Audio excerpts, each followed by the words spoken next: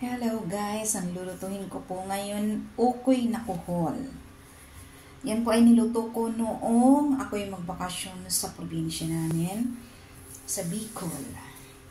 Yan po, pagkahugas ko ng kuhol, nilagyan ko ng sangkap, sibuyas, bawang, at may luya din po yan para sa langsa. Yan po, paminta, at may ginisa mix or magic sarap po ilagay nyo.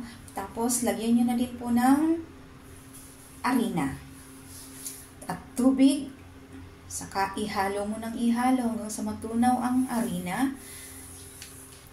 Katapos iprito nyo hanggang sa mag-brown siya at luto na yan. Napakasarap niya po, itry nyo po yan. Diyan lang po yan sa probinsya namin. Ayan po, ready to eat na. Gumawa din po kami ng sausawan na may suka, sibuyas, bawang at luya, na may sili, asin at asukal. Tapos ito naman po ay ginataang kuhol na ginulay ng anak ko. Let's eat na po!